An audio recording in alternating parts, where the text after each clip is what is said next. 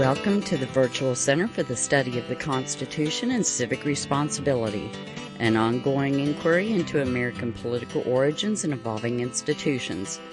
The Executive Director of the Virtual Center is Dr. Bill Obrien. He's also your host for this continuing conversation. Here he is now, Dr. Bill Obrien. Well, Agnes, thank you and welcome to this Monday edition of the Virtual Center for Study of the Constitution and Civic Responsibility. Today is Monday. It is the 23rd day of December. And so I guess if you can count on one hand now, day after tomorrow is the big day. It is Christmas week. We're looking here in Appalachia at an abnormally warm Christmas week with temperatures in the mid to upper 50s, even hitting 60 maybe 1 or 2 days this week. So, and obviously we're heading into January, so we're gonna see a lot of winter. So the fact that we have a week like this is kind of exciting. It is wonderful to be here. As far as programs for the rest of this week, Agnes and I chatted before we came on the air. I think we'd like to do a program if we can tomorrow, but I think on Christmas, I think we'll give everybody a day off, and we'll do an archive program, because chances are on Christmas Day we wouldn't have anybody listening live anyway. This is right at dinner time from 1 to 3 in the afternoon on Christmas Day. I don't think so. So we won't do a program on Wednesday, but we will try to do one tomorrow. At least that's the plan. But as you know, the best laid plans. But we're going to try. I think right now it looks like doing a program tomorrow won't be that much of a problem for me. And Agnes said it would be fine for her also, because she'll be there.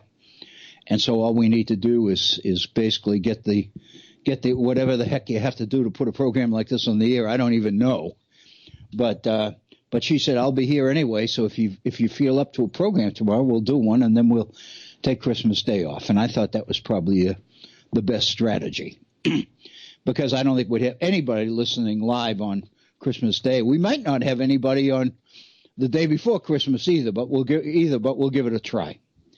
So welcome to this Monday edition of the Virtual Center for Study of the Constitution and Civic Responsibility. It is, again, let me say, a pleasure to have the opportunity to be with you on a regular basis and to share with you some thoughts about the issues of the day, and as much as possible going back into the era of the Constitution itself. And I think for the bulk of our program today, that's where I'd like to go.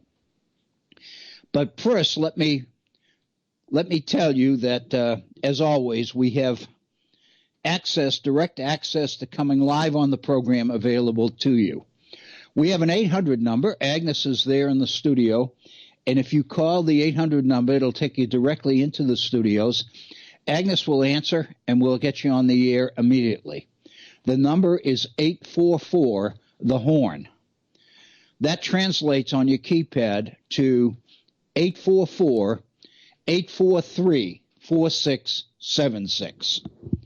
But it's much easier to remember 844-THE-HORN, H-O-R-N.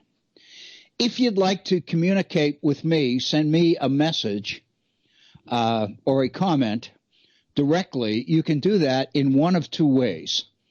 You can either email me, or you can send a comment to me via our Facebook page. If you'd like to send me an email, let me say in advance, if you do that, I would love to hear from you, and I thank you in advance for it. My email address, it has not changed in all the time we've been on the air, is waobrien906@gmail.com. That's waobrien, O-B-R-I-E-N, 906@gmail.com. If you'd like to connect with us through our Facebook page, and so many of us spend so much time on Facebook these days, that might be the more convenient way for you to communicate directly with me. All you need to do is go to our Facebook page, and doing that is easy. Just go to the homepage of Facebook, facebook.com, and in the search box at the top, type in the Virtual Center for Study of the Constitution.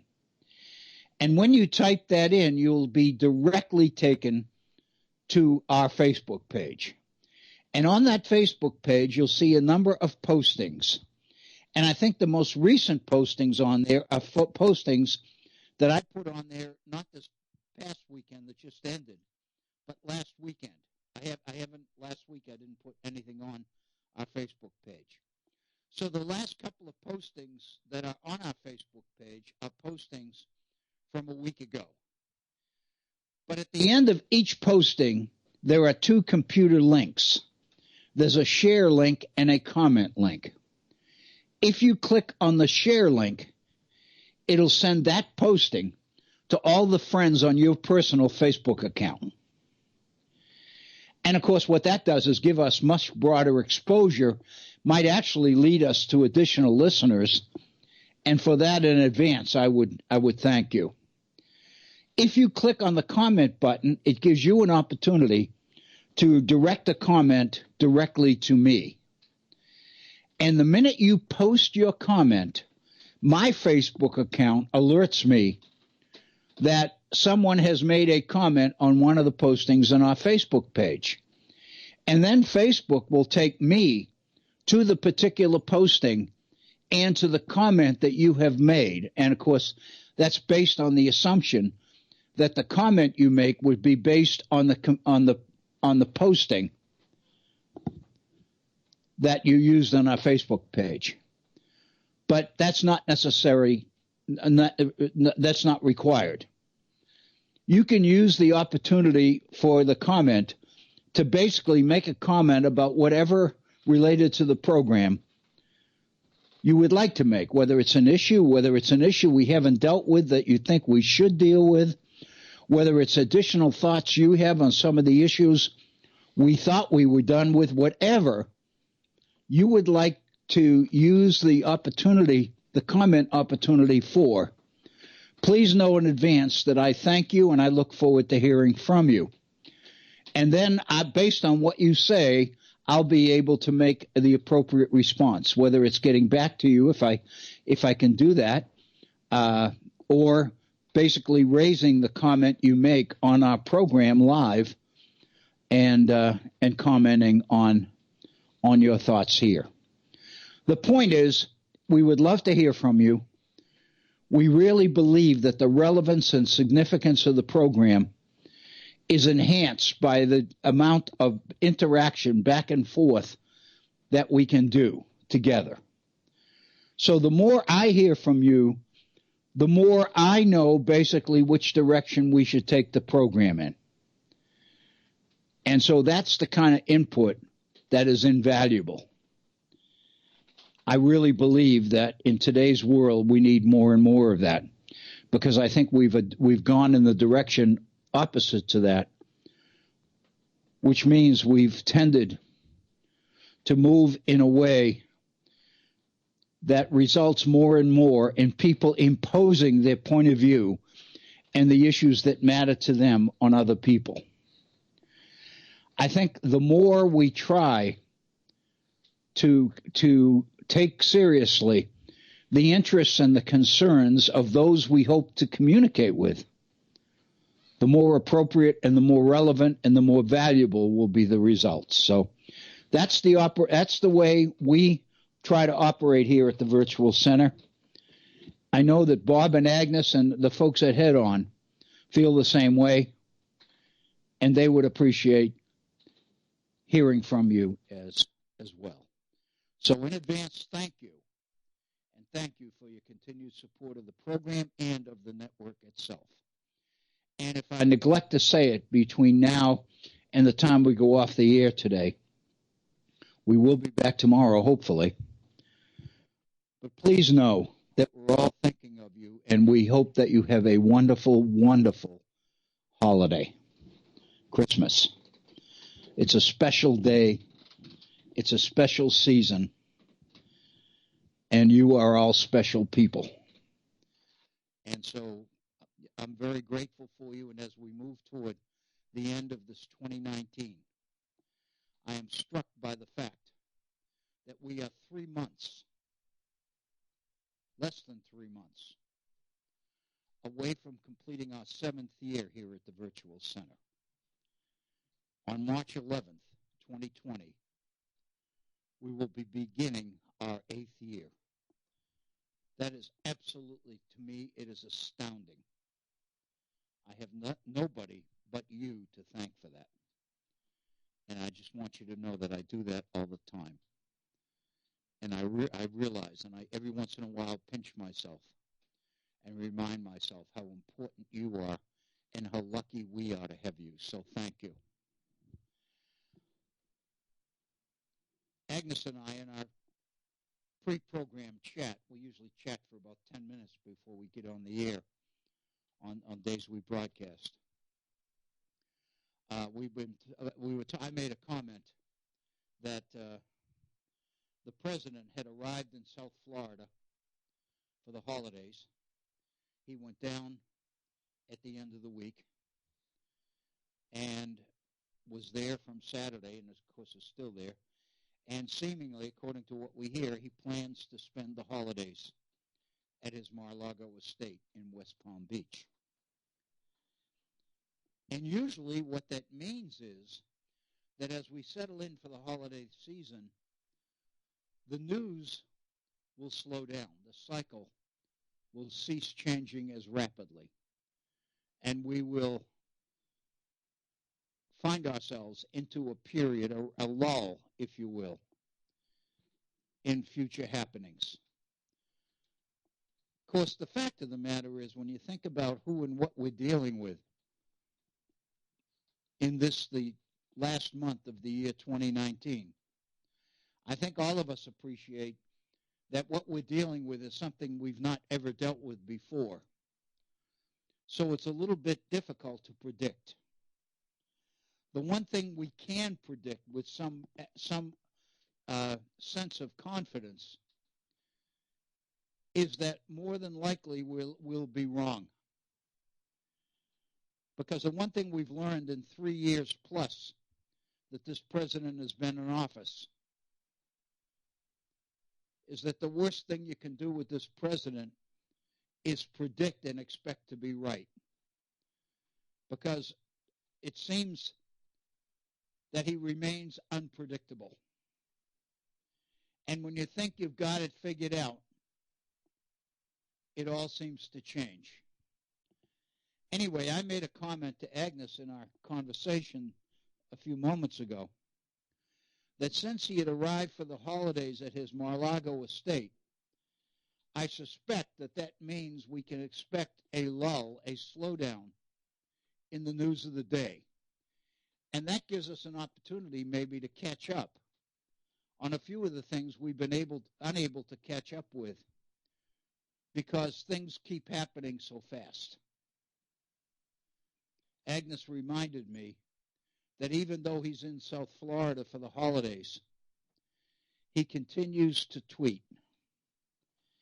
And his tweets, if anything, seem to be more bizarre as the months and years go on rather than less. And I was struck, as I recall seeing reference this morning to a couple of tweets that he wrote from Florida. And I guess I had to agree that Agnes really is right on this one. It's so difficult to really understand exactly what we're talking about. Our conversation this morning went to the appearance on Fox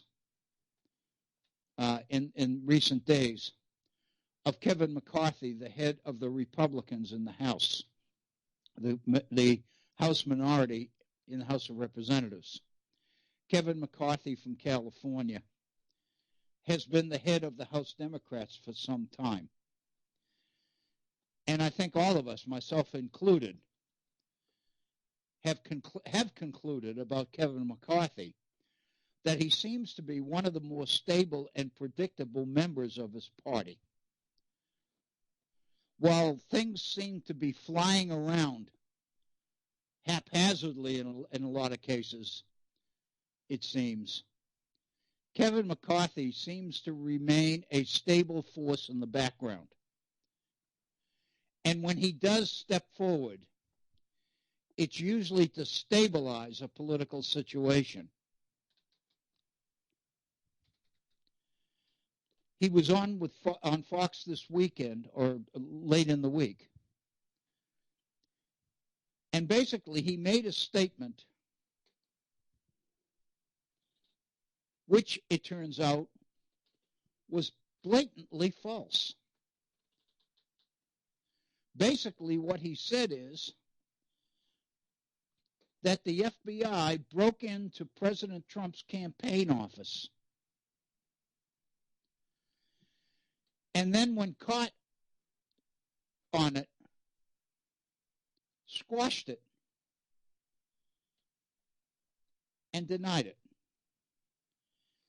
In other words, what McCarthy was saying is that the whole investigation, the whole Justice Department investigation of President Trump and his campaign tactics during the campaign of 2016 and his behavior as president since 2016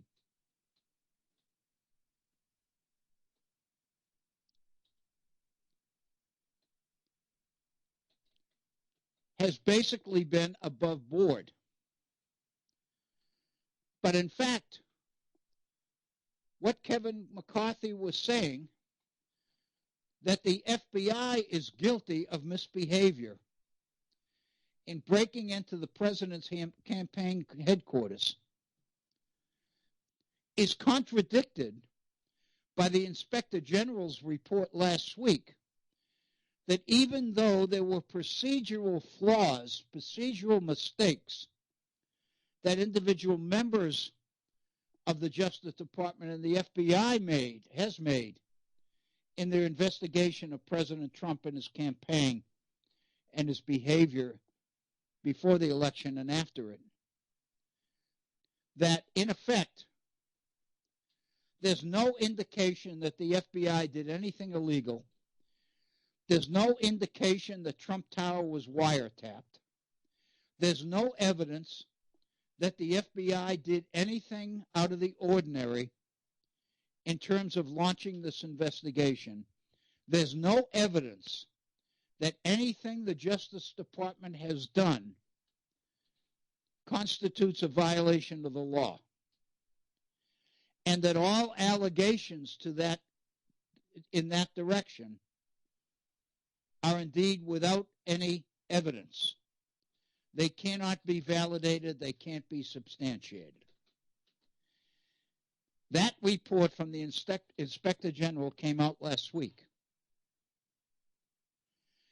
And Kevin McCarthy goes on television and basically refutes it by saying the FBI agents broke into the president's campaign headquarters, into their computer systems and such. When the Inspector General basically concluded after his investigation that there's no evidence of that at all. So the question remains, why would Kevin McCarthy or any of these other people do that? Why would they blatantly lie to the American people when they know that what they're saying is not true, because reputable investigators have documented that there's no evidence to substantiate it at all? Especially Kevin McCarthy, who has a reputation of credibility and dependability. He's not traditionally seen as one of the crazies. But here we are, dealing with statements he made on the air to the public at large, which have been blatantly denied by the Inspector General. Why would he do that? when that question was raised this morning in a discussion earlier this morning, the conclusion was the reason he does it and the reason others do it is because nobody will challenge him. That there's no challenge, because if you challenge, you incur the wrath of this president, who'll do anything to get back at you. So rather than expose themselves to that possibility, people have taken to letting these statements, letting these things go unchallenged. And the result is that these people feel that they are free to, licensed to, say whatever they want about whatever they want, because what they say is never going to be challenged. And we've reached that point as we launch into the last of the 4 years of President Trump's first term. And I say that advisedly, because more and more people are beginning to look toward 2020 and are beginning to conclude that there seems to be increasing possibilities that this president stands a good chance of being reelected because of the nature of the Electoral College and the demographics of the American voting public. I think this is extremely interesting and extremely disturbing.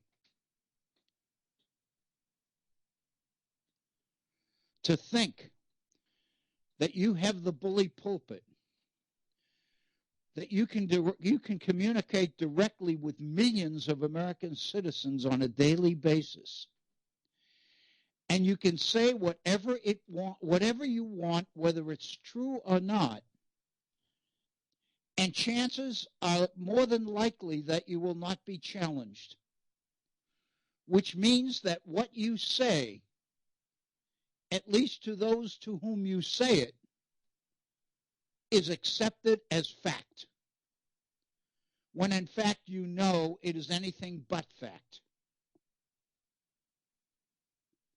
That's the situation we find ourselves in. And what that essentially amounts to is that people's sources of information, their primary source of news and information in this society, is coming principally from those they trust, from those who agree with them, from those who are more than inclined and willing to say what they want to say because they don't face challenge, and they use the bully pulpit to propagandize a point of view, whether in fact it's valid or not. In this particular case, we haven't challenged the validity of truth. We've just opted to ignore it. And the reason we feel that we can do it is because nobody is going to stand up to defend it by challenging statements made and positions taken.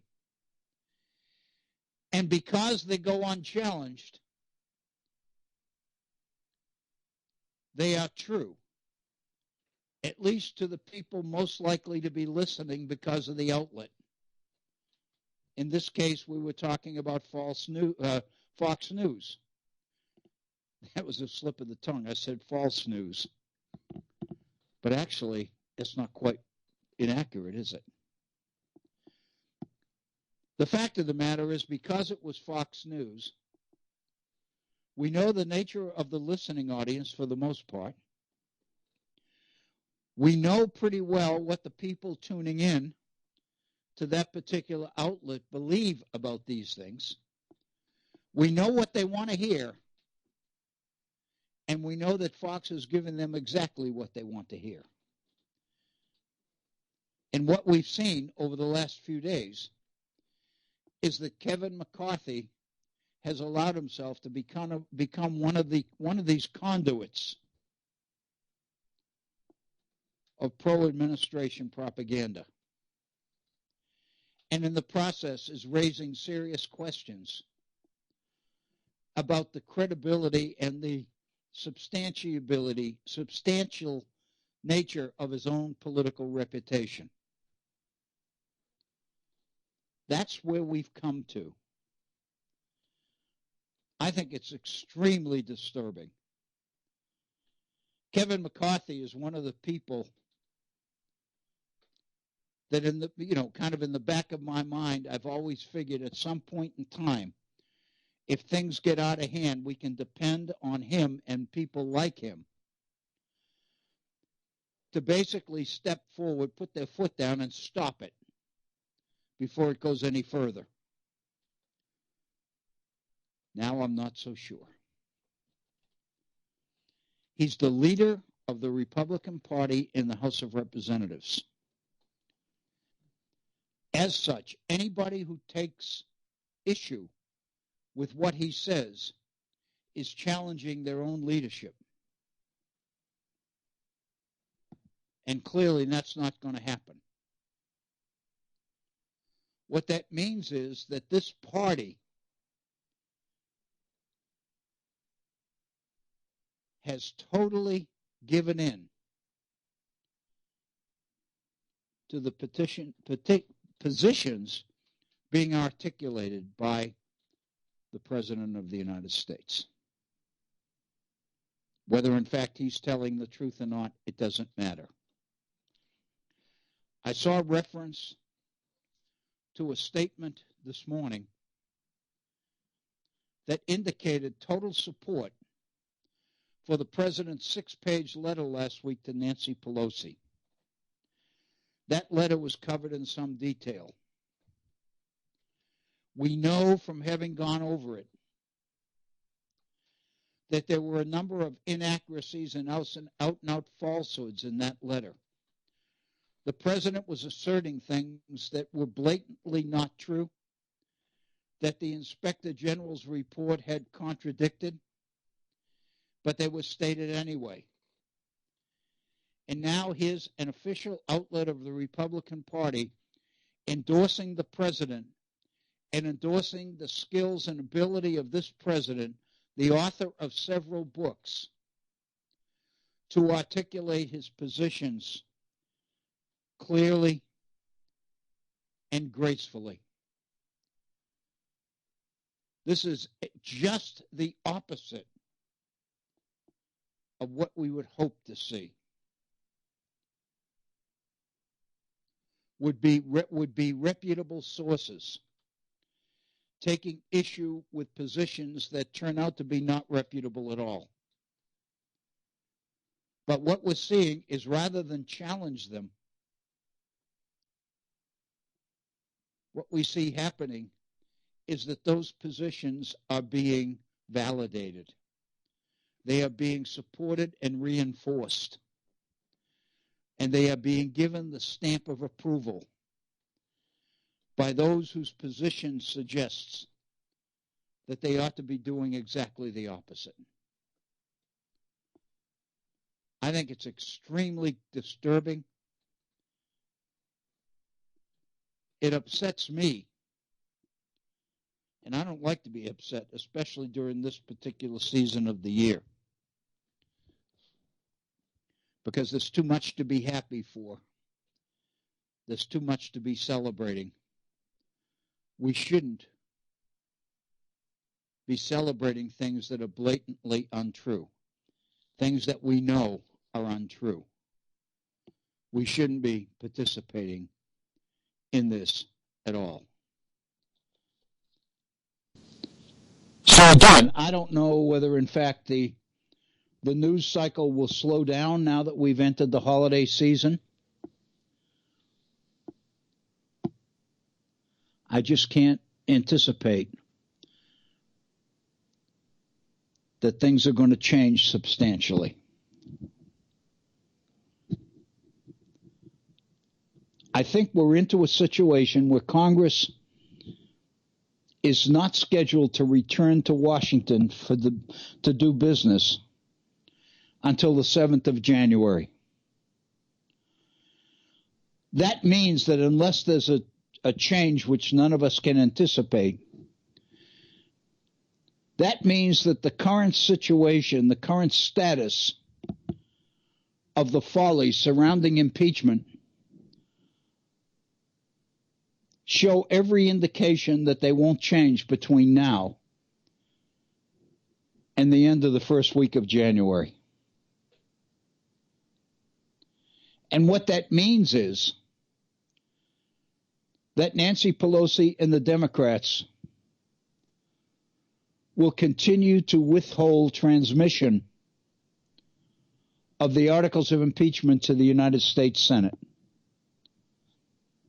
especially since the House is out of session and the Senate is as well over the holidays. So I guess we can anticipate that nothing substantially is going to change during that period, which leads us to conclude that 2 weeks from now, into the first week in January, the situation surrounding impeachment is going to be pretty much what it is now. We're going to be in exactly the same place.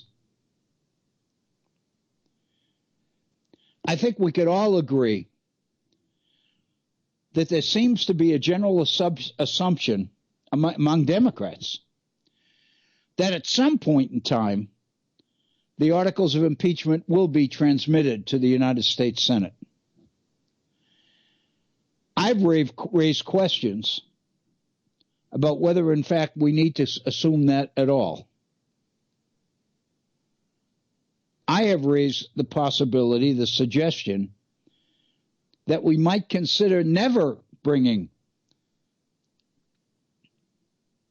these articles of impeachment to the Senate, so long as the Senate is in a position of claiming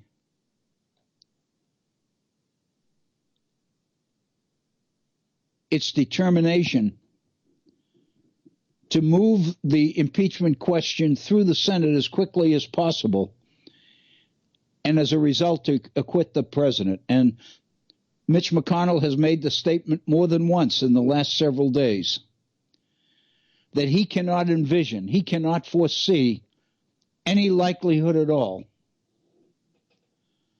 that the president will be removed from office as a result of these charges. But there's a lot more.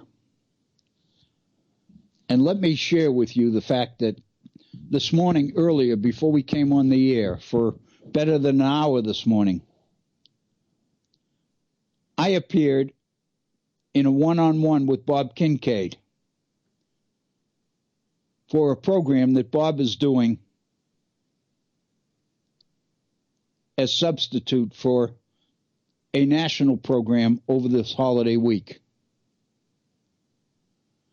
And what we talked about for the hour was impeachment itself. One of the issues, first of all, the fact that I got to spend an hour with Bob Kincaid chatting about all of this stuff was something that I look forward to. And now I look back upon as one of the more productive and enjoyable hours I've had in some time. I think all of you who are tuned in are familiar with and comfortable with and supporters of Bob Kincaid's program here at the appearances here at the Horn.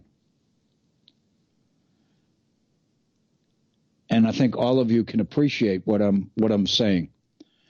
That it's an honor to be chatting with Bob on some of these things, because the result of a conversation like this is more and more insight and more information, because Bob has a way of getting at the crux of these particular issues and emphasizing them and going back and taking these things and picking them apart so everybody can understand the issues associated with it. One of the things that came out of the discussion with Bob this morning, and I wanted to mention it again because since it happened, it's about 2 or 3 hours ago, I thought a lot about the hour and the conversation with Bob. And the one thing that sticks in my mind is this particular issue.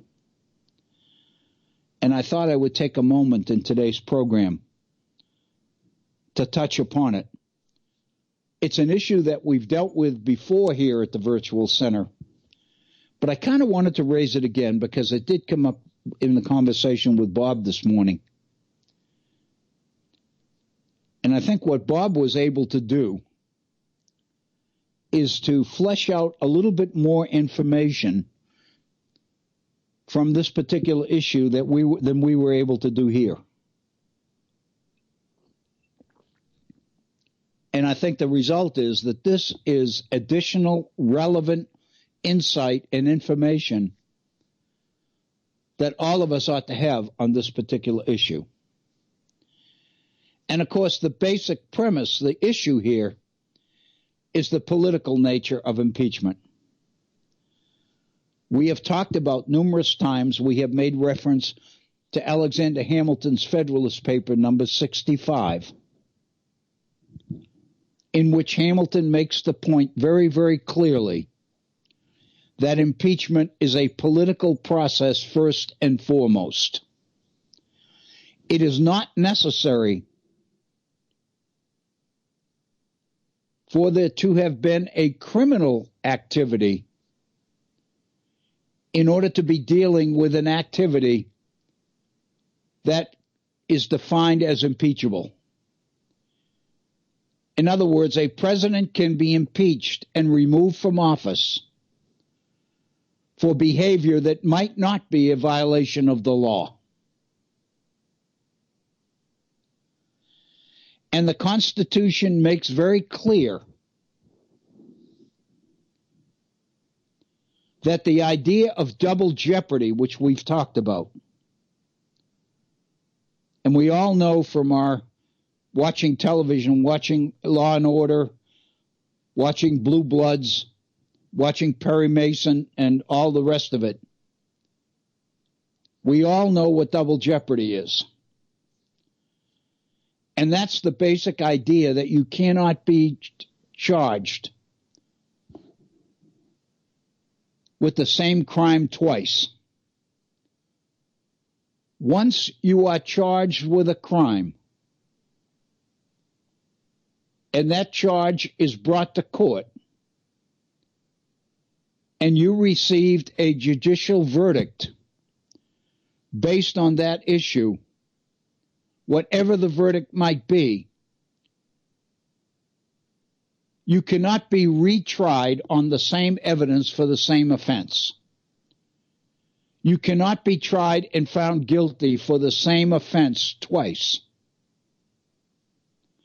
That's what double jeopardy is. Once the case is raised, and once the issue is resolved, that's it. If you've been exonerated, you can't be recharged for the same thing again.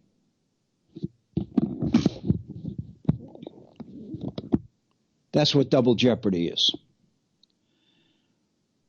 But the impeachment clause in the Constitution makes very clear that double jeopardy does not apply to impeachment cases. And what that means is, if you are charged with bribery, treason, high crimes, and misdemeanors, and impeached, and if in turn that or those articles of impeachment are transmitted to the United States Senate for trial, and once that trial is held in the Senate, and once the Senate reaches a verdict,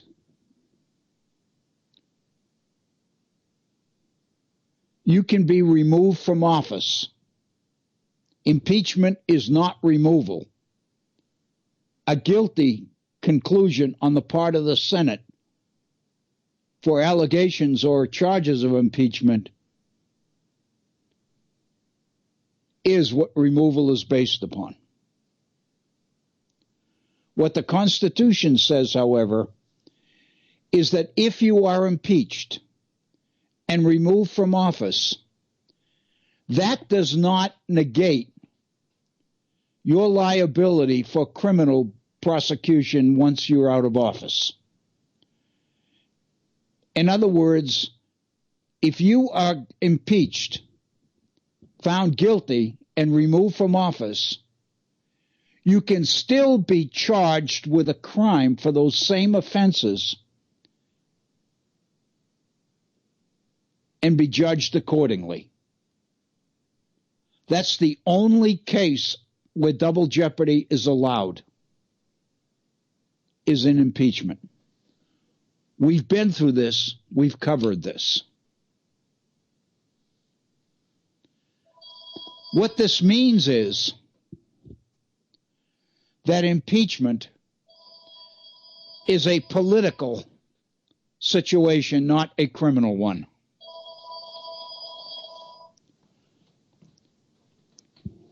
What you are impeached for can be criminal, but it doesn't necessarily have to be. You can be removed from office whether in fact what you did was criminally negligent or criminal violation or not. If it was a criminal violation, you can be tried again once you are removed from office for the same thing. Impeachment is the only situation in which that applies. But in Federalist number 65, Hamilton lays it out in spades that impeachment, first and foremost, is a political issue, not a legal one. And if you look back at the framing of the Constitution itself, the Constitutional Convention, you can see how this came to be.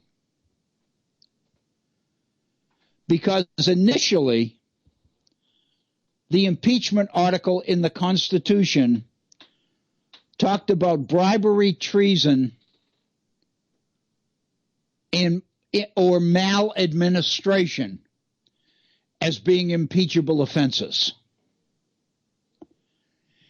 And a debate took place in the convention, Constitutional Convention, over the issue of maladministration. James Madison raised the question that maladministration, he believed, was too vague. It could lead to the removal of a president for political differences of opinion with a majority of House members. And if that majority was converted into a two-thirds majority in the Senate, could be removed from office.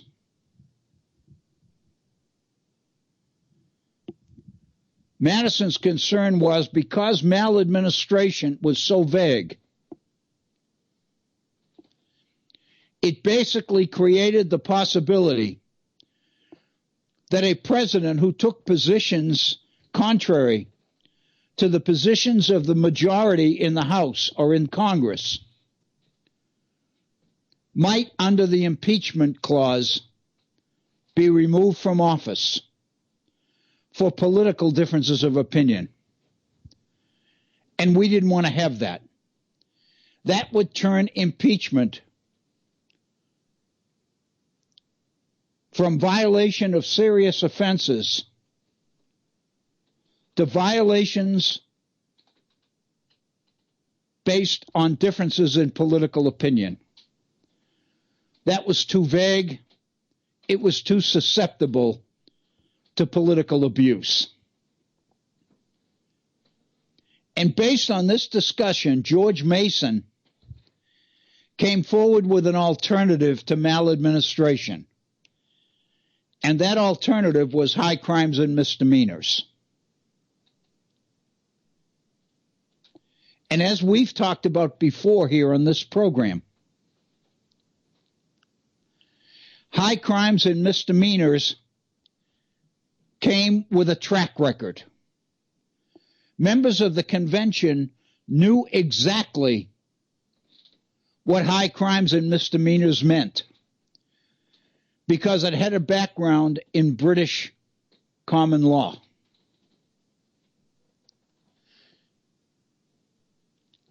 High crimes and misdemeanors was being charged with behavior or activities which violated the public trust by political officials, by political leaders.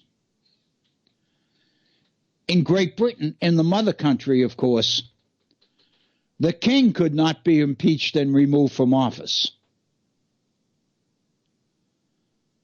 But members of his administration could be.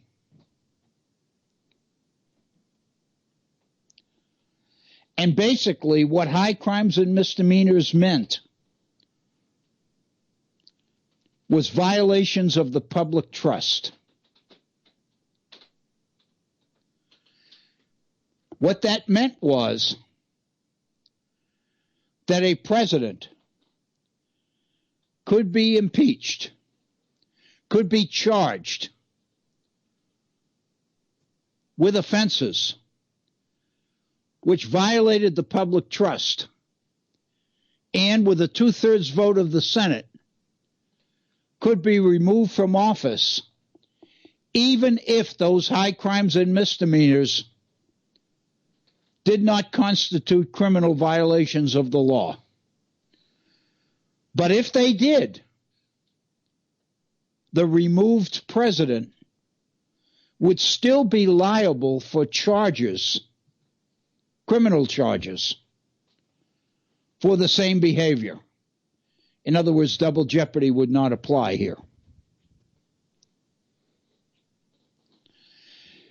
Mason believed, and Madison agreed, that where the term maladministration was too vague, high crimes and misdemeanors was less vague. It was less so. It had specific meaning. And that's what Hamilton laid out in Federalist number 65, that impeachment and removal from office is a political issue first and foremost, not a legal one.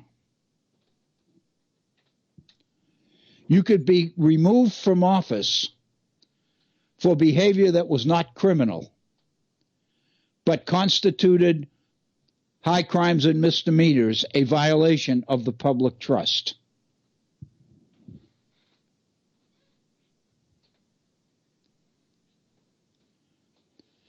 That meant, with publication of Federalist number 65, that the founders were asserting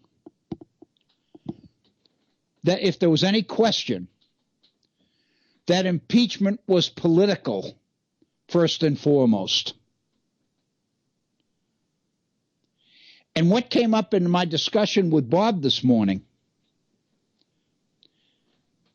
is what Mitch McConnell is doing with the political aspect of impeachment. Mitch McConnell is taking the political label associated with impeachment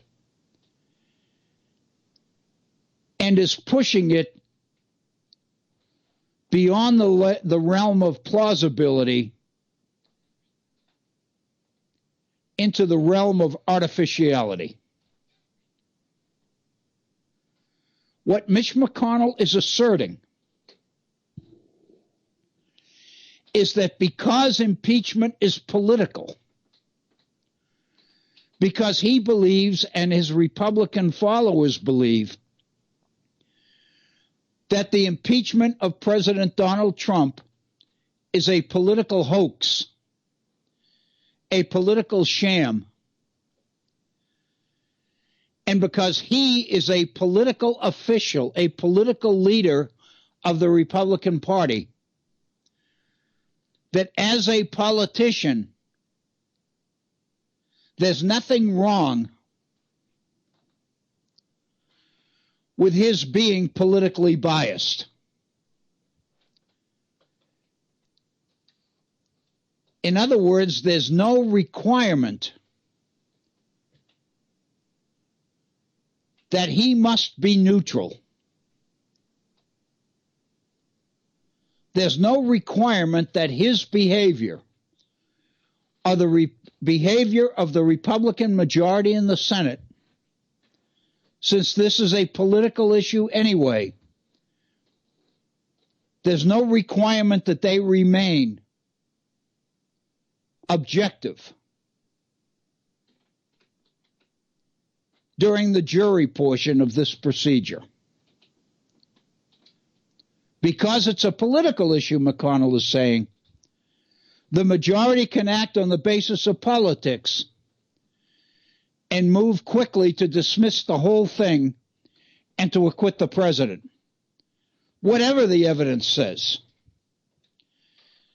And that's the same position that Lindsey Graham has asserted when he claims, as chair of the Senate Judiciary Committee, that he doesn't intend to even look at the evidence.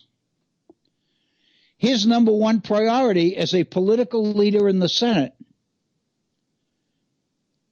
is to move the whole issue through the Senate and out of it and resolve it and go back to the issue of governing.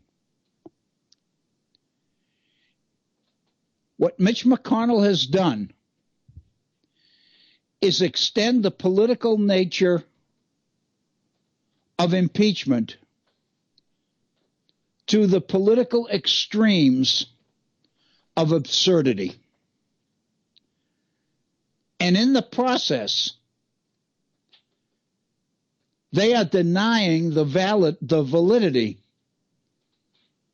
of the oath that members of the Senate must take before they serve on a jury, before they serve in the Senate as adjudicators for the articles of impeachment brought to it. Because it's a political process, and because we are political animals, we will behave politically. And what that means is we're not biased. We're not unbiased. We're not objective. We don't hold our prejudices in abeyance and rule strictly according to the evidence presented. That's what a juror must do in a criminal case. But this is not a criminal case. This is a political issue. And we are politicians. Consequently, we can be and should be expected to act as first and foremost as politicians. And since we are in the majority, we can say, even before the evidence is presented, that we intend to ignore it and to acquit, because the acquittal of the president is our political priority. And this is, first and foremost, a political matter. Think about that. Think about that for a moment.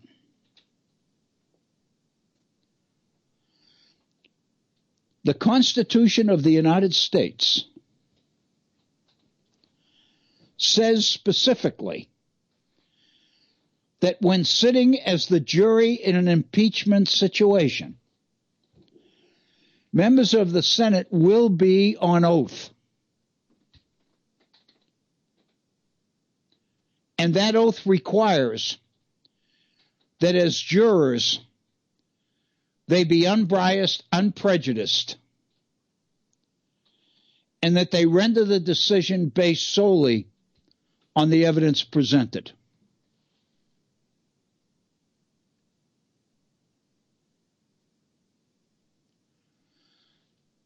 That's what the Constitution says. The Constitution says that senators must be held to the same standards as any juror in any trial, whether it's a criminal trial or an impeachment hearing. The presentation of the evidence is the basis on which guilt or innocence is to be decided.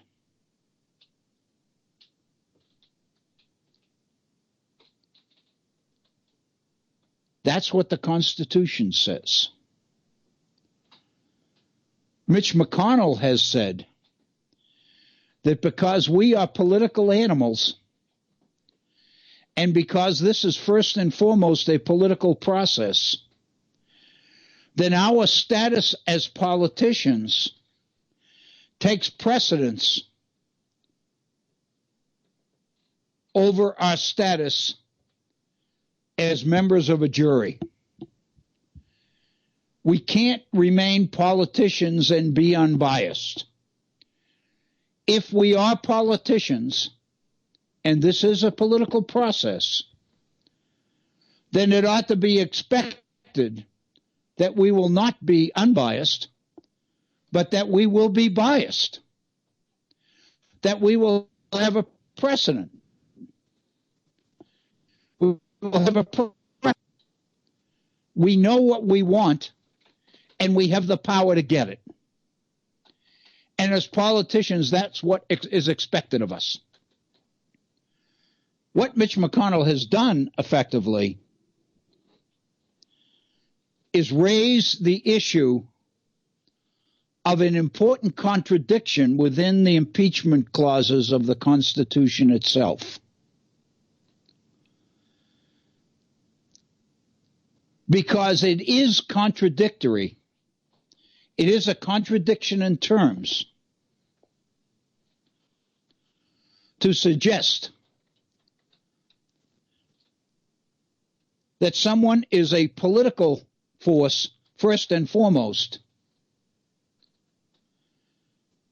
but in this situation cannot be political and must act in accordance with accepted judicial procedure.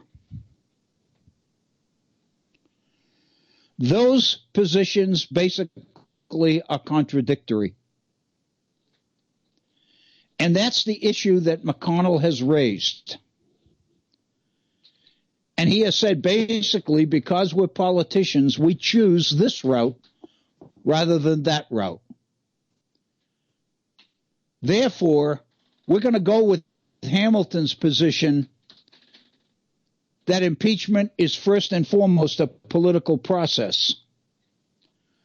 And therefore, we're going to show up wearing our political hats rather than our legal ones. And what that means is rather than be unbiased,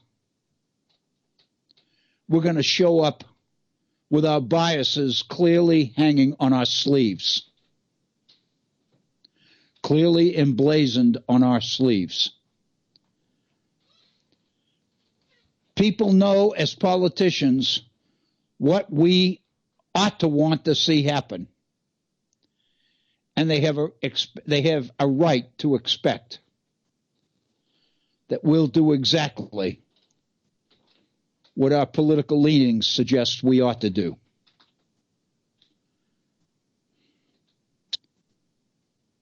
That's the issue, it seems to me, that we find ourselves in.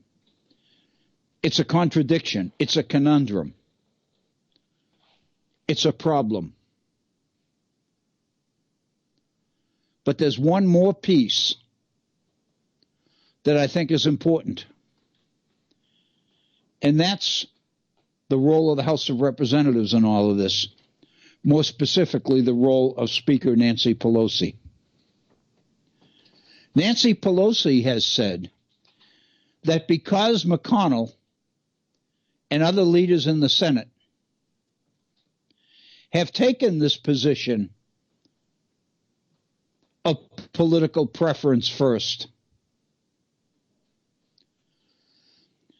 that means that they have prejudged the case before the evidence even arrives. And under those conditions, she refuses to transmit the articles of impeachment to them for a rendering, for a decision, because they are already telling us what the decision is going to be before the evidence even arrives. So we're not going to even send it. And what she has said is, we can't proceed with transmitting the articles of impeachment to the Senate until we know what the procedure the Senate plans to follow is going to be. We need to know that there's going to be an honest trial in the Senate in which objective jurors are going to listen to the evidence presented. And until we know that that's going to happen, we can't afford to forward the articles of impeachment. Not only that, Nancy Pelosi is saying, but I can't select the political managers who'll be making our case before the Senate. I can't organize the presentation of the evidence to the Senate until I'm assured that the Senate is going to be receptive to the presentation of this evidence. Until I know what they're going to do, I can't basically follow through on the procedure. Result is we're at an impasse. And that impasse is not going to be resolved for at least the next 2 weeks because Congress is in recess until January 7th. So it's not until then that the issue is going to even be addressed. And here we sit 2 days before Christmas. I guess all we can say is Merry Christmas. We've gone a little bit beyond the top of our first hour. We're going to pause and take a 5-minute break. And then we'll be back with our second hour of this December 23rd edition of the Virtual Center for Study of the Constitution and Civic Responsibility. Please stay with us. We'll be right back.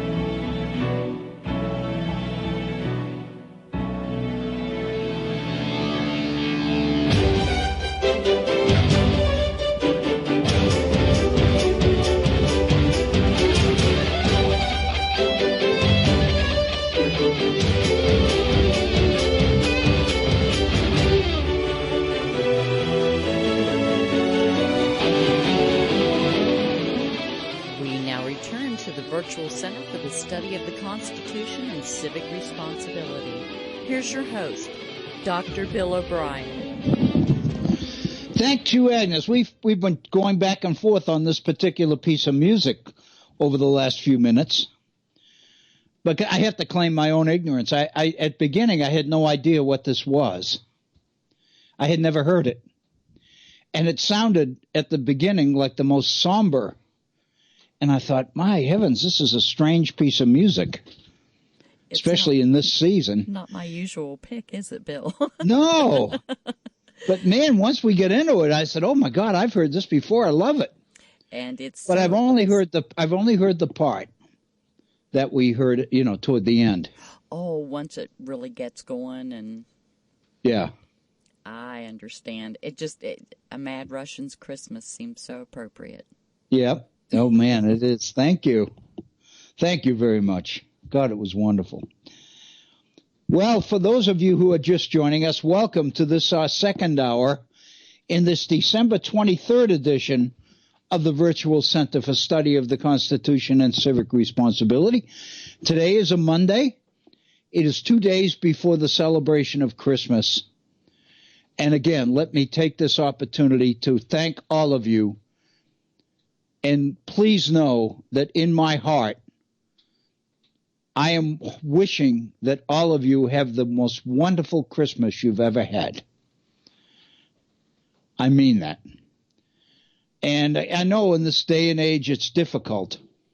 We spent our first hour talking about the crazy things that seem to be going on in politics these days. Looming in the background is Kim Jong-un's promise of a Christmas surprise for the United States over this Christmas, as he signals that the optimism associated with President Trump's interactions and relationships with North Korea is coming to the outcome that many people expected it would come to, which is basically worse than nothing. Not only are we going back to where we were, we may be headed for a situation which is even worse than where we were. So on that particular optimistic note, let me welcome you to this our second hour, and especially let me welcome those who are just joining us for this special hour in this very special week. Thank you so very, very much for your willingness to give a couple of hours of your time to this program. I don't take that lightly. I take it very seriously. And I commit to you that we'll do everything we can to make the surrender of your valuable time as beneficial for you as I can make it. And I thank you. And one more thing, let me say that we are planning to do a program tomorrow, Christmas Eve, December 24th. But we have pretty much decided that we will not be doing a program on Christmas Day because we know that nobody would be listening to it live. Nobody. People are going to be so occupied on Christmas Day that the last thing they'll want to do is sit down to 2 hours of political conversation on that special day. So we will put a previous program up for Christmas Day. But we will be doing a program tomorrow. At least that's the plan. And, of course, we realize that the best laid plans, et cetera, et cetera, et cetera. So I hope that you can be with us tomorrow. I know that a number of people will be off from work. We may have the opportunity to get a few listeners tomorrow that we don't usually get on a Tuesday or in the middle of the work week. So I look forward to that. And I look forward to yet another day with you. But right now, I'm looking forward to this, our second hour. If you would like to come on the air and share your thoughts with us on some of the issues of the day, if you'd like to focus on our first hour and on the issues we talked about, which was related to impeachment and the behavior of Mitch McConnell and all the rest of it, then by all means, we would love to hear from you. And for that purpose, we have an 800 number, and that number will get you directly into the Head-On Studios. Agnes is there, and she'll get you on the air immediately. The 800 number is 844-THE-HORN. 844-843-4676. But much easier to remember, 844-THE-HORN, H-O-R-N. Or if you'd like to send a communication directly to me, if you'd like to make a comment and direct it directly to me, then you can do that in two different ways. You can either send me an email address, an email, or you can communicate your comment with me through our Facebook page. If you'd like to draft an email, then you can do that by sending it to my email address, waobrien906@gmail.com. That's waobrien, O-B-R-I-E-N 906@gmail.com. Or, if you'd like to communicate your comment with us via our Facebook page, that's very easy to do as well. Just go to our Facebook page, go to facebook.com, the homepage, and in the search box at the top of the homepage, type in the Virtual Center for Study of the Constitution. That'll get you onto our Facebook page. And you'll see a number of postings there. And at the end of each posting, you'll see a comment link and a share link. If you click on the share link, it sends that particular posting to everybody on your personal Facebook account. If you click on the comment link, it gives you the opportunity to direct the comment to me. And the minute you post your comment, my Facebook account alerts me that a comment to one of the postings has been made. And then my Facebook will take me to the posting and to your comment.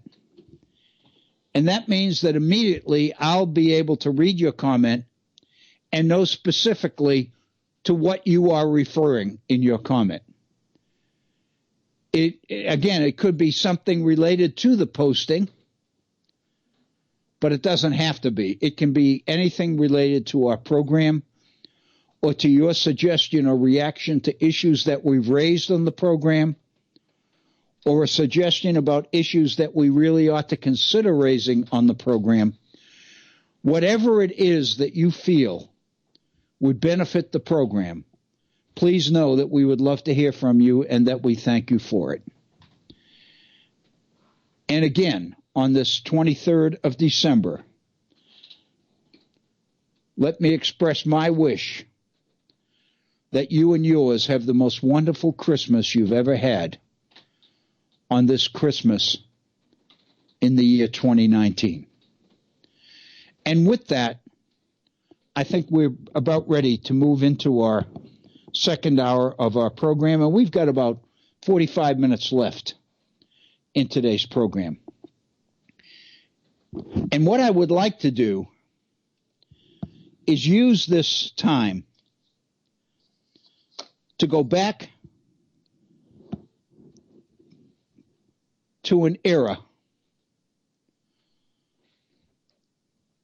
when, at least I believe, things were a lot more sane. They seem to make more sense sometimes than they do now. The period surrounding the founding, and more specifically, the period leading to the drafting of the Constitution of the United States and our examination of some of that content. And if we go back to last week's program, which is the last time that we were together, you'll recall, I don't want to spend a lot of time on this because we did touch upon it last week, that one of the issues that I think we need to take very seriously is the question of amending the Constitution. We know that once the Constitution was drafted,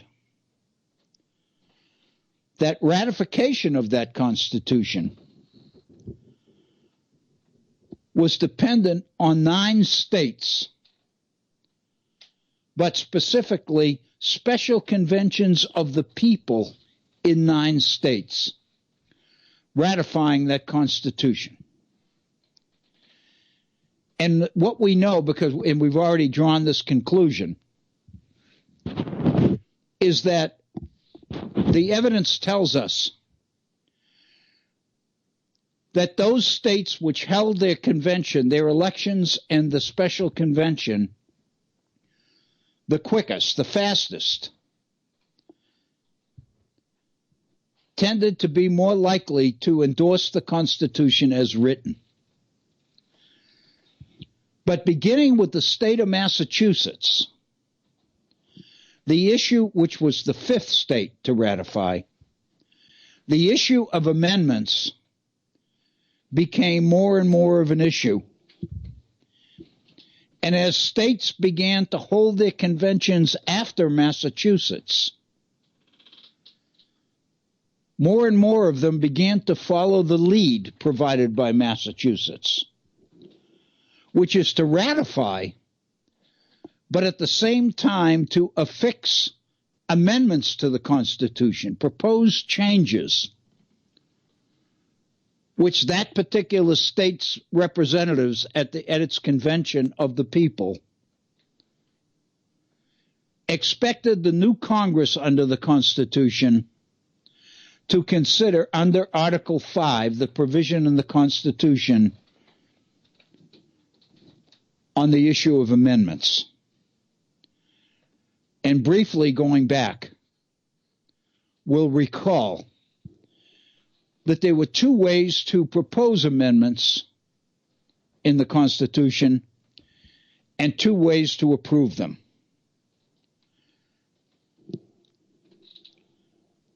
First, the 2 ways to propose amendments. One way was through Congress.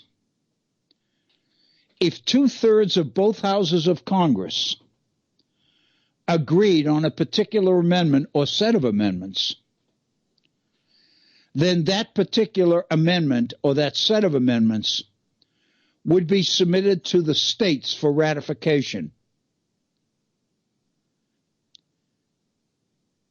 And when 3/4 of the states approved the amendment, it would become part of the Constitution. That means that the first provision in the Constitution was that amendments would come down from Congress to the states. And when 3/4 of the states approved a particular amendment, it became part of the Constitution. The second way to propose amendments, however, is through special conventions called by Congress in the states. According to the Constitution, Article 5, when 2/3 of the states proposed an amendment, proposed a second convention to consider amendments, then Congress's responsibility under Article 5 was to convene such a convention. The Constitution does not say that Congress will consider convening such a convention. The Constitution says that upon the request for a convention from 9 states, Congress shall convene such a convention. And when 3/4 of that convention agrees to a particular amendment or amendments, it or they will become part of the Constitution. What we know is that up to this point, the top down, the Congress to the states for approval is the only way that the Constitution has been amended so far. But we also know that there have been a number of occasions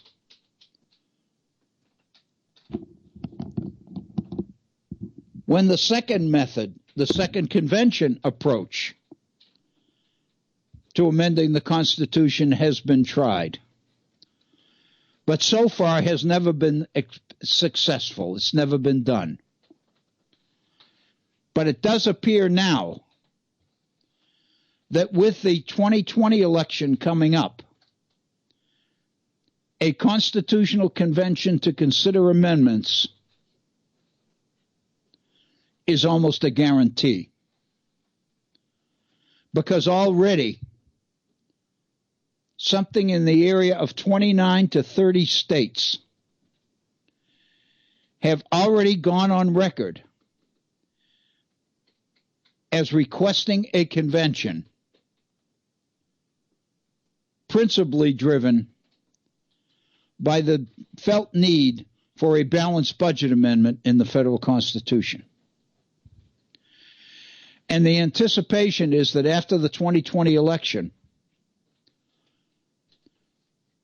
a number of the other states will fall into line, and we will be seeing the Congress of the United States convening an Article 5 convention.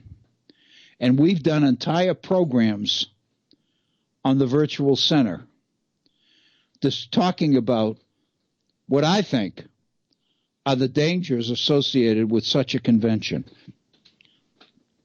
As divided as this country is right now, as hostile as the two sides seems to have become, and I think all you need to do is think back to the recent articles discussion in the Judiciary Committee on discussion of impeachment, and you begin to see how hostile and how divided the two sides are in our political dialogue today. With division that pronounced, this does not seem to me to be the time to be considering amending the Constitution. Clearly, this is not the time to put the entire Constitution of the United States on the table for reconsideration. A number of spokesmen for amending the Constitution have already come out with proposed changes they would like to see in the Constitution as it currently exists. And many of those changes are frightening. Many of them involve changing some of the particular rights, human rights and freedoms that we've come to take for granted under our current Bill of Rights, the first 10 amendments to the Constitution. The religious freedom issue is one that has been getting special attention. The freedom of speech issue, the freedom of press issue. It seems to be that in this divided world of ours, this may not be the time we want to take on the Constitution of the United States for reconsideration. At least that's my feeling.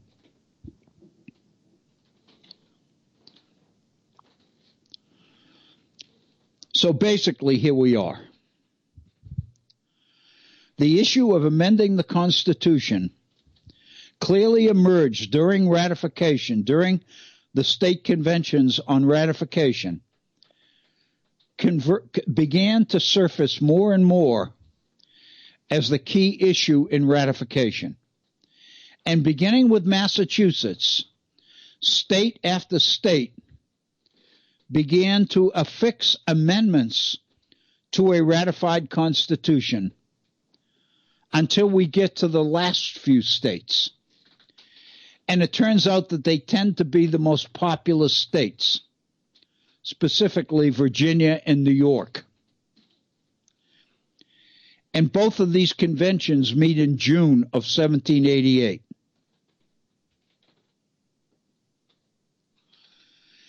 And in Virginia, the issue of amendments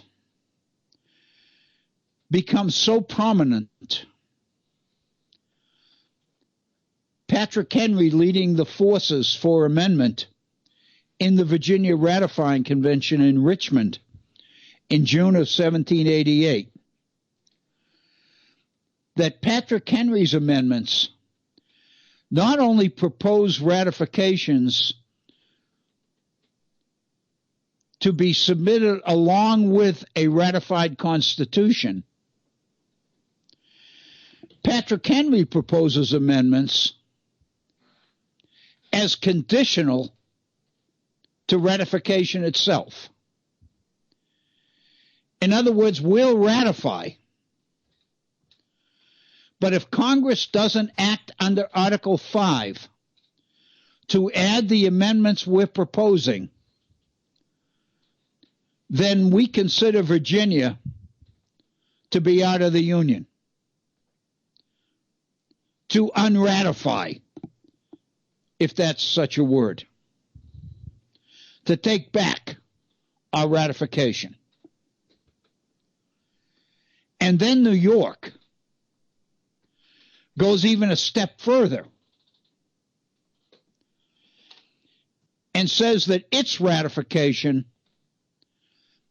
is conditional on the Congress calling a constitutional convention to consider amendments as a condition of ratification. If Congress does not call such a convene such a convention within the first 2 years, then New York is out of the Union as well. And leading supporters of the Constitution, James Madison being the most prominent, quickly realize that the worst thing that can happen is the convening of a convention under Article 5 to consider amendment. Madison is convinced and says this in so many different ways that if the Constitution ever ends up back on the table for amendment, then everything we've gained will be lost. The agreements we've already reached will be suspended. We'll be back to where we were before the Constitution was even drafted, let alone ratified. At that point, Madison becomes convinced that no longer can he stand out as a force against amendments, that what he needs to do is become a leader in favor of amendments, but he also needs to be in a position where he can determine which amendments will be added to the Constitution and recommended to the states. And more important, which ones never see the light of day. Madison basically ends up chairing the House of Representatives in the first Congress, the Committee on Amendments. It's him principally that is responsible for getting Congress to consider amendments at all, as Federalists promised citizens they would do if and when the Constitution were ratified. Madison takes the 200 different amendments submitted by the various states and separates them into two categories. Those amendments that he considers safe amendments and those amendments that he considers dangerous amendments. The dangerous ones are proposals that would materially alter the structure of government created by the Constitution. In a nutshell, what many of these dangerous amendments would do would be to move the Constitution back in the direction of the Articles of Confederation, where the states were sovereign. The states were superior to the central government. The Constitution, as ratified, reversed that, created a central government that was superior to the states. But critics of the Constitution wanted to reverse that. And many of the amendments they proposed were designed to do exactly that. Those were the amendments Madison described as dangerous. And he was determined to make sure they never saw the light of day. So once he separates these amendments into two categories, he comes down to 12 amendments. Actually, he comes down to 9 amendments, He creates 9 amendments, proposed amendments, and gets them through the House.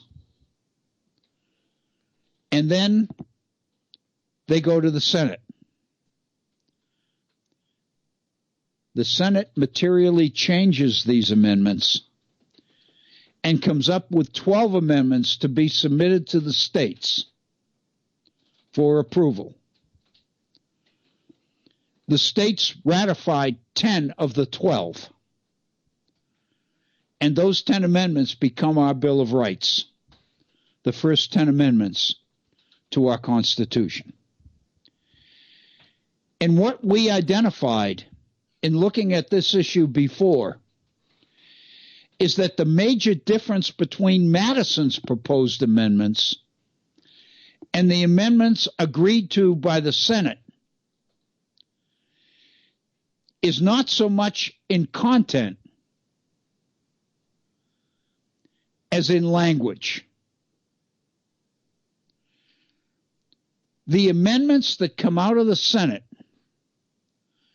are amendments worded in a way which suggest that these constitutional rights, these human rights, are being granted by government to citizens. And the way that conclusion is reached is by looking at the wording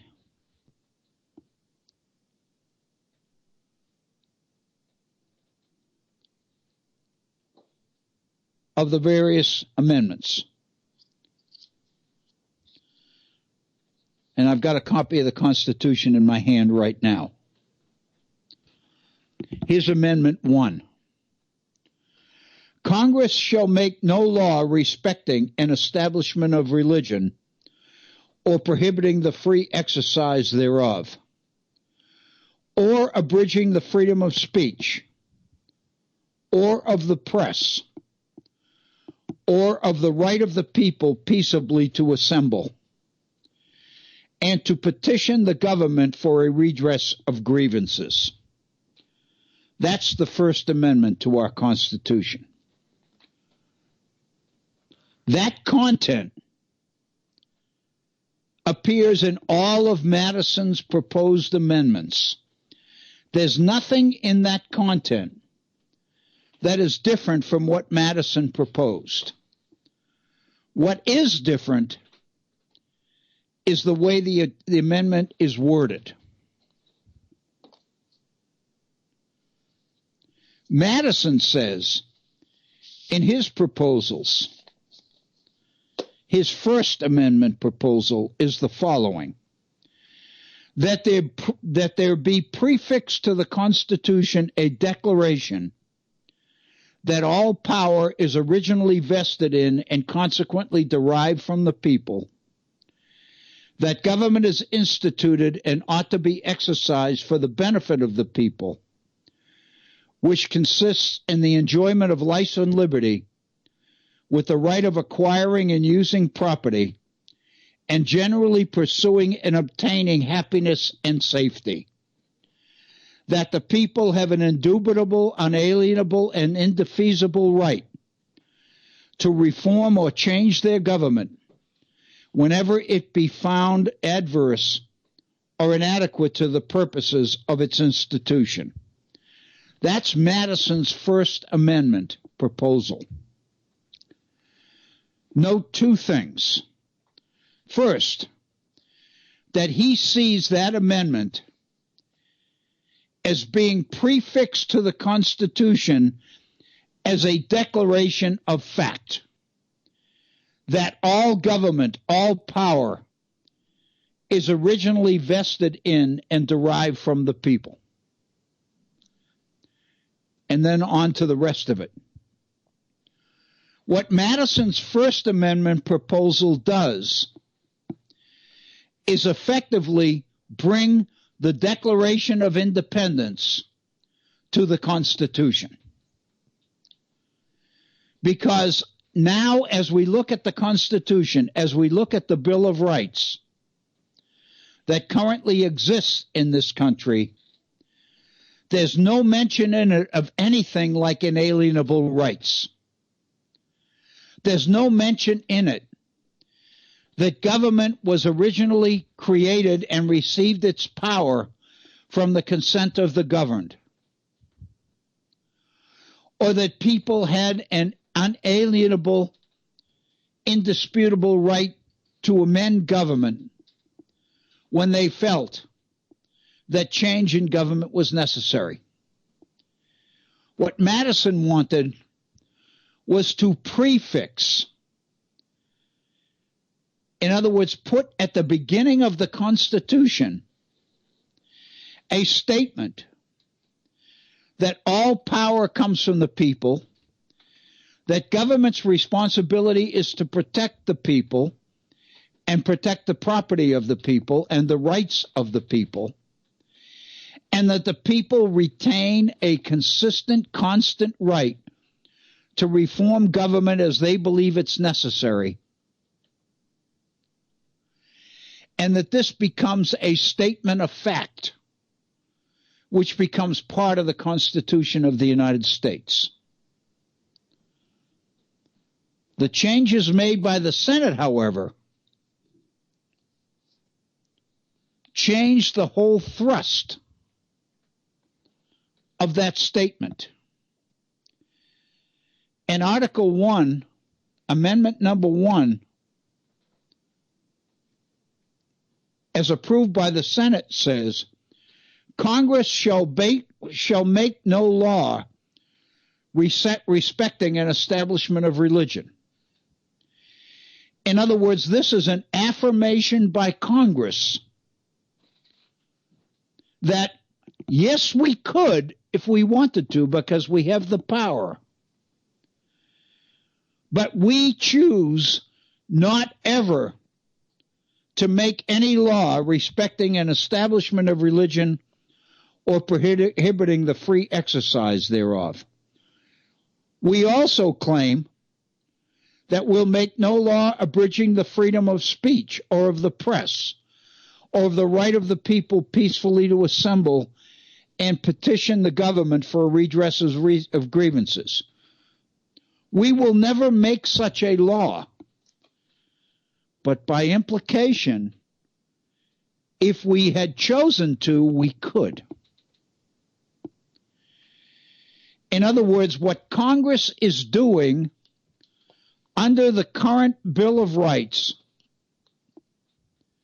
is saying that the only limitations on our power are limitations that we impose on ourselves. Missing is the statement that Madison wanted, that all power originally comes from the people, and that the people retain the right to change government as they find necessary. Nowhere in the Constitution can you find that. So the changes that are made by the Senate in what comes from the House of Representatives are critically important, because the Bill of Rights, as worded, affirms the absolute sovereignty and power of government, not of the people over government. I would suggest to you that is an important distinction. I think it is the most important distinction that we could focus upon. And let me also say, and this is from a personal perspective, that in all the years that I've been asserting this particular interpretation of our Bill of Rights, I have never seen that point made anywhere. I have never seen any of the scholars who have offered perspective and opinion on the Constitution or on the Bill of Rights ever address the issue of government power vis-a-vis the power of the people, the sovereignty of the people. What I have been exposed to over the years is the assertion, which is true, which is valid, that nowhere in the Constitution do we find anything resembling the Declaration's statement about unalienable rights of the people. Because if you affirm unalienable rights, what you are saying is that the people power remains superior to that of its government, of their government. The Senate consciously takes that particular affirmation off the table, out of the equation from the very beginning. Madison's proposal would put it in. My conclusion is, what that tells me is that Madison is not inconsistent at all. That the James Madison responsible for the Constitution and for the Federalist Papers that explain the Constitution advocated the popular sovereignty of the people before the Constitution, continued to advocate the sovereignty of the people after the Constitution, and therefore never really surrendered the power of the people during the debates over the Constitution, rather than what most scholars claim, which is that Madison seems to be somewhat hypocritical in that he's contradicting himself during the debates over the Constitution. It is my position that Madison never contradicted himself. The only way you can say that is to ignore statements that Madison makes in several of the Federalist Papers, which reaffirm his his faith in the people, and the fact that the people are the best protectors of their own rights, not government. The people do not give up their unalienable rights to government because they can't. The fact that they are unalienable means that the people do not have the authority or the power to give them to anybody except God, the Creator who originally gave them these unalienable rights. If you had an acknowledgement of unalienable rights in the Constitution, that would shift sovereignty from government over the people to people over the government. The Senate changes in the Bill of Rights make sure that that does not happen. and the Bill of Rights ultimately approved and affixed to the Constitution of the United States deny anywhere any statement affirming unalienable rights or the power of the people or anything like it. The only amendment that even comes close to something implying unalienable rights is the 9th Amendment to the Constitution. Amendment 9 says, the enumeration in the Constitution of certain rights shall not be construed to deny or disparage others retained by the people.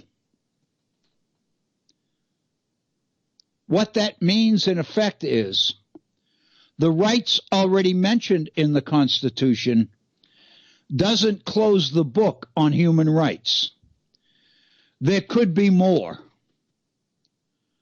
But if there are more, we will decide what they are, not the people themselves. I think this is an important distinction, and it's one that becomes extremely difficult to explain or to justify. What we have chosen to do instead is to proceed talking out of both sides of our mouth at the same time. We basically acknowledge that the philosophy of the Declaration of Independence and the philosophy surrounding the Constitution of the United States are different. They are not complementary, they are contradictory. Because the Constitution is worded in such a way that government's power over the people is implied. The rights that people have under the Constitution are rights voluntarily conceded by government. When government denies that it'll ever pass legislation taking any of those rights away. In other words, as far as we're concerned, the people can claim these rights as absolute, but they ain't unalienable. They aren't rights that people possess because they're alive, rights given to them by God. They are rights conceded to them by this government. I think that's very, very important.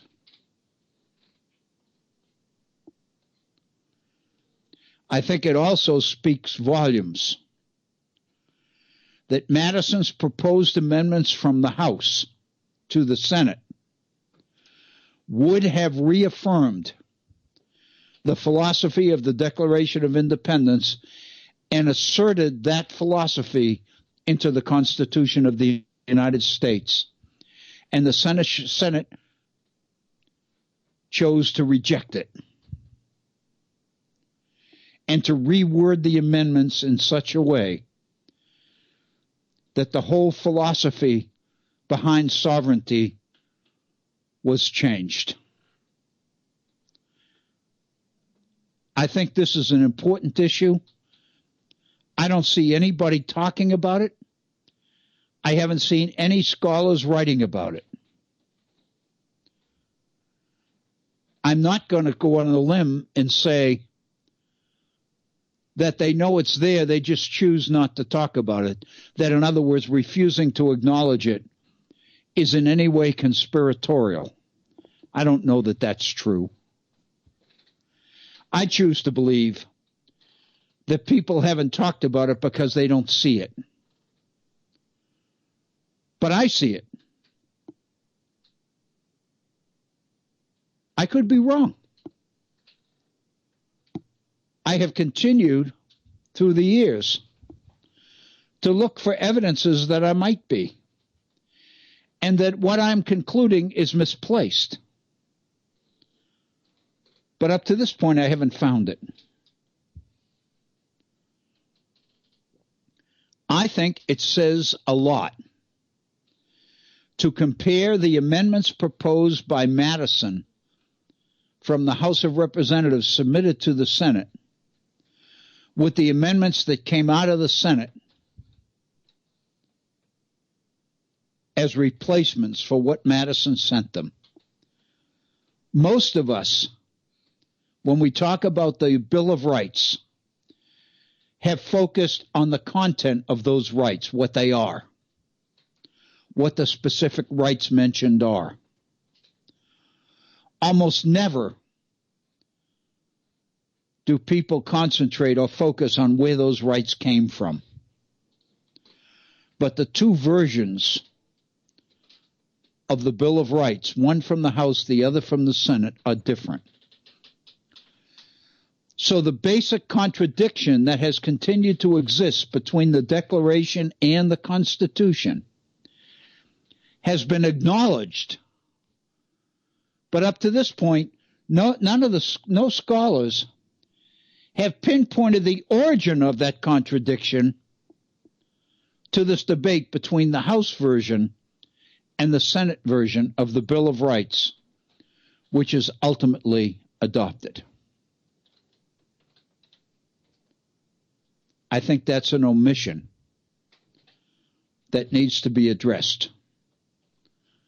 Because to be very honest with you, I believe very sincerely that it's an important distinction. And if you go through Madison's other amendments, and there are 9 of them, what you will find is that every one of them is worded in such a way that they speak to statements of fact. The inalienability, I guess is the appropriate word, for these rights that Madison is addressing.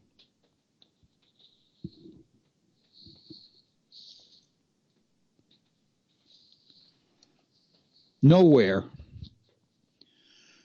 does Madison concede power shifting from the people to the government they create.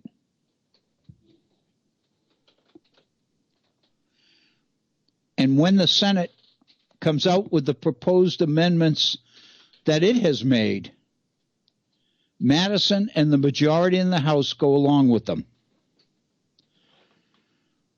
But Madison writes to friends and acknowledges that the version of rights that came out of the Senate might end up to be doing more damage than if they weren't added to the Constitution at all.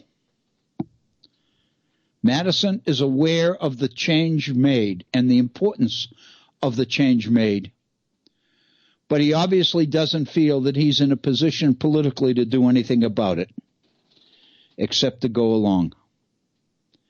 And he does go along. But no sooner does the new government under President Washington begin in 1789, then Madison begins to write in support of the Republican opposition taking shape in Congress, which is organizing and building around the very basis of the shift of government power to government itself. Because right out of the chute, Madison sees government abusing the powers which the Constitution has given it, specifically in the financial proposals being made by Alexander Hamilton as Secretary of the Treasury. Hamilton is proposing a government comprised of the rich and the powerful and the well-born. And in order to secure the support of these particular interests, Hamilton has proposed a series of financial programs designed to reward those people willing to invest their personal private resources in this government itself. Government, literally under Hamilton's proposals, is paying investors for their willingness to support the government by paying interest on the bonds that government creates in order to meet the challenge of $78 million in debt assumed by the new government. Last week, during the presentation that I made on this matter, one of the attendees raised the question, is this where the federal debt emerged? Is this where it began? And I had never really thought about it in those terms. But the fact is that he's right. Hamilton approached the debt as a political way to guarantee the support of the people in this country who mattered for the new government. If you can't assume it, you buy it. You create a sense of financial dependency of people on the government, which will ensure their continued support. And when questioned about the financial viability of his program, Hamilton acknowledges that on the surface it may not appear to be a solid program financially, but politically, it's a bonanza. And from that point on, the federal government has operated to a large degree in debt as it continues to borrow from its own citizens and pay back in incremental interest payments the payments on the federal debt. We've reached the end of our program. It's just right now 3 p.m. in the East, and so our time together has expired. I hope that you'll be able to be with us tomorrow. We will be doing a program tomorrow, Christmas Eve, the 24th day of December. We will not be doing a program on Christmas Day, Wednesday the 25th. For Bob Kincaid and Agnes and the folks at Head On, this is Bill Obrien. I hope you have a wonderful rest of this Monday. And if everything works out the way it's planned, we'll be together again tomorrow. Thank you.